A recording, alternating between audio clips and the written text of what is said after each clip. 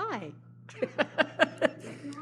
I want to look at all of you before I start. Yep, it's a beautiful day in the neighborhood.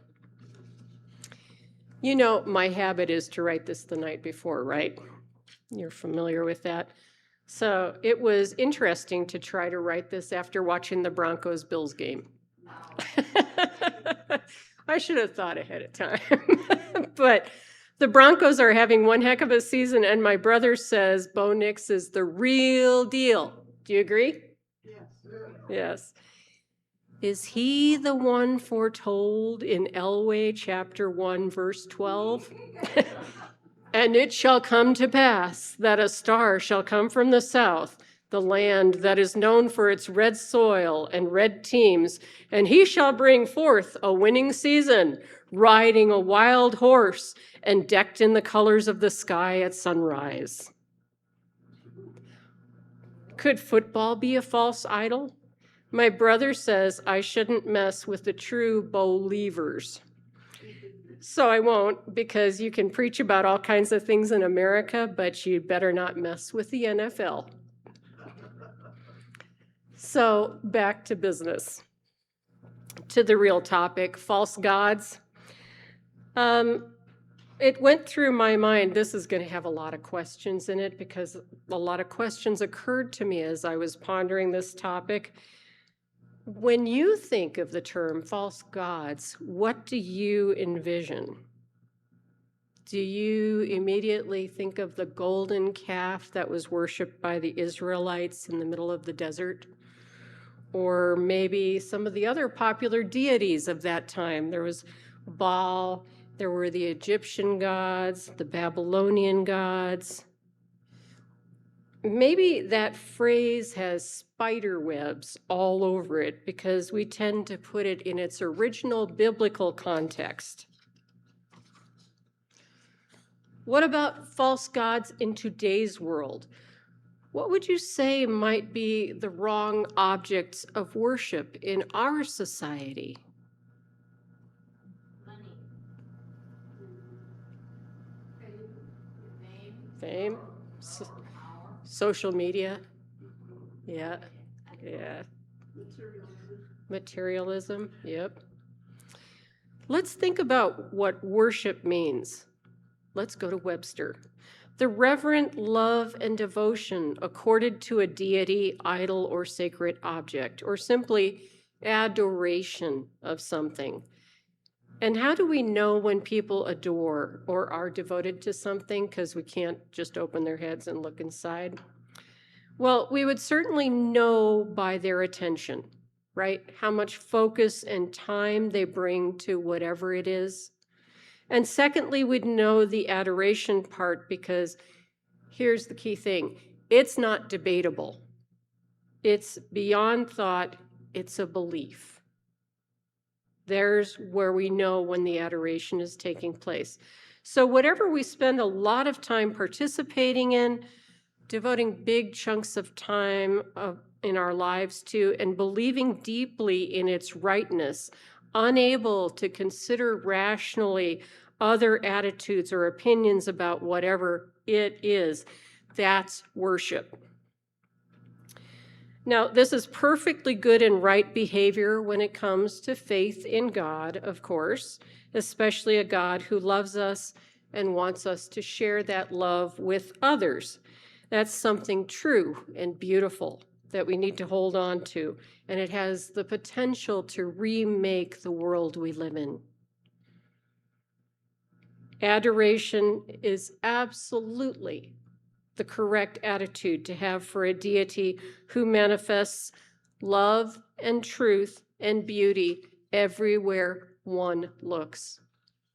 But is this worship appropriate for worldly ideas, for the isms so prevalent in our lives? In the reading today, to render unto Caesar what is Caesar's, Jesus warns us against a temptation to confuse worldly matters with matters of the Spirit. Because even back then, it was well understood the love of money is the root of all evil. And we are warned to separate our attitudes to God from our attitudes to the things of this life. What makes the love of money evil? I guess you have to think about the nature of evil first. If God is truth, as we are told and we believe, then evil is a lie. I personally believe this is a shortcut to figuring out what's evil in any given situation. It's a moral litmus test. If someone or something is willingly lying, that's all you need to know, to just walk away. Hello, advertising. Hello, 90% of social media. And maybe I'm being optimistic there. The love of money is evil because, first of all, you're misdirecting your spirit to something that isn't God. But money is also a big lie, and you know this. How many times have you thought, oh, if only I had X amount of money, my life would be so much better? When I was a single mom, I would fall into that trap a lot. Is life better, though? Define better. Are you a better human being with more money? The evidence that I see in this world indicates it's not even close to being true, and in fact, it's probably the opposite, right? Which is why figures like John the Baptist, Jesus, St. Francis, Mother Teresa, Prince Gautama, the Buddha, the list goes on and on, all these wise and good people turned away from material things. I would argue that in our country, capitalism is a false god. Back to the idea of not being able to talk about it rationally. It seems to be part of our national religion, along with individualism and freedom. All of these are ideas, though, and should be treated as such. They were created by people, not directly by God, and so we should be able to discuss them instead of fighting over them. Right?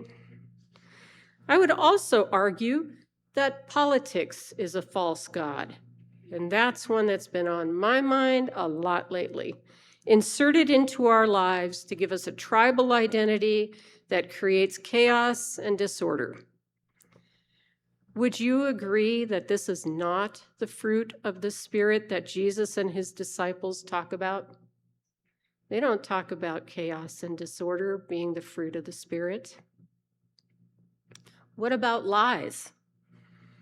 We are very eager to point out the lies of those guys, that party, the left, the right, but blind to the lies that are perpetrated on us on our side. Blind, or simply not willing to examine or to question because we believe.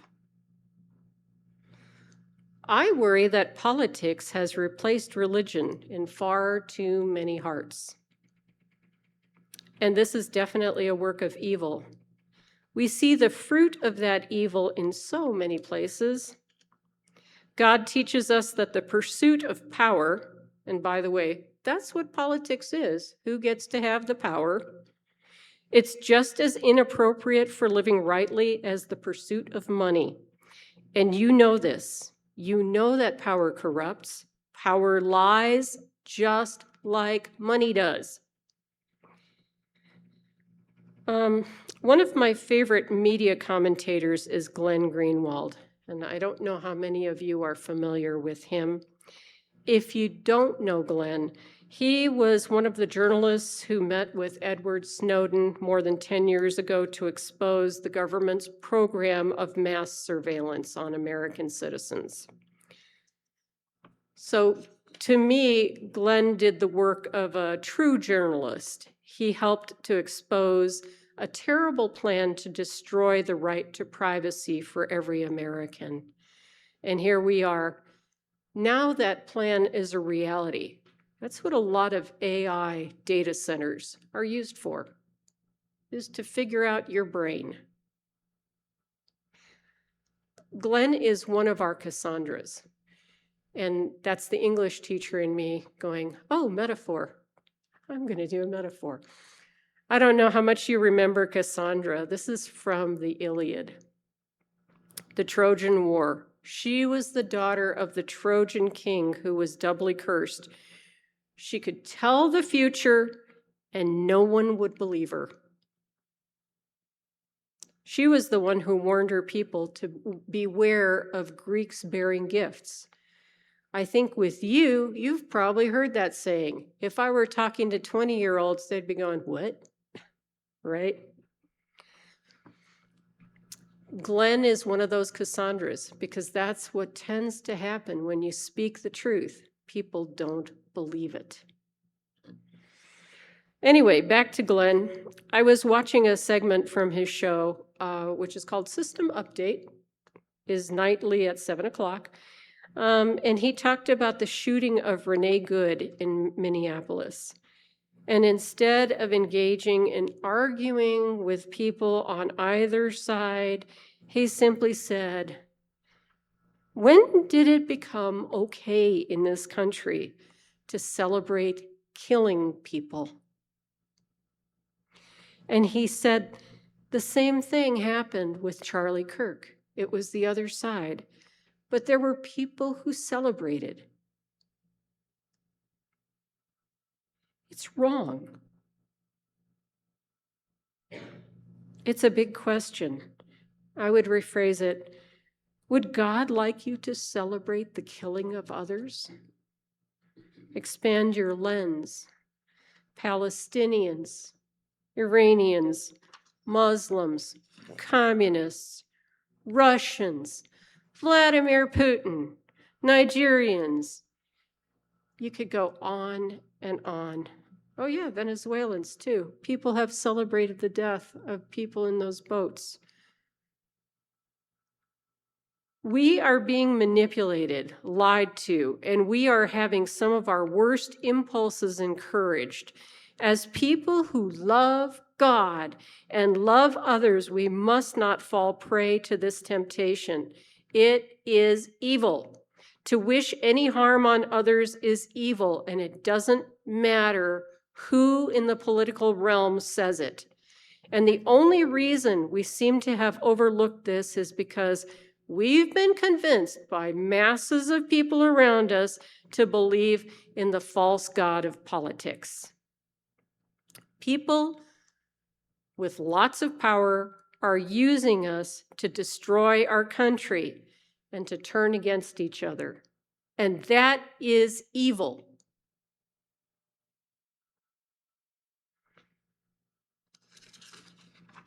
And then here's the part that I remembered to write this morning.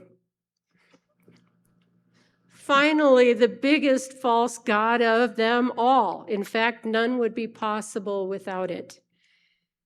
You know what I'm talking about. It's the ego, the false self. Who or what else is prone to fall into the many traps of temptation? What else lies almost all the time? I'm always right. I'm a good person, conveniently forgetting or excusing the times I haven't been, even just today. That old ego is the silly one who thinks power and money solve problems. That silly ego spends a lot of time justifying, judging, condemning, and basically wasting my precious God-given time on earth. You have to live with it, but there's hope. You don't have to pay attention to its nonstop jabbering. Try to treat it as a 2-year-old, because that's about what it is. A toddler's infinite hole of wanting, craving, messy breakdowns in the grocery store. Ask Jesus to come on over and take care of that toddler. Try to love it, but don't honor it. Don't worship it. Don't believe it, because it's a nonstop train of lies.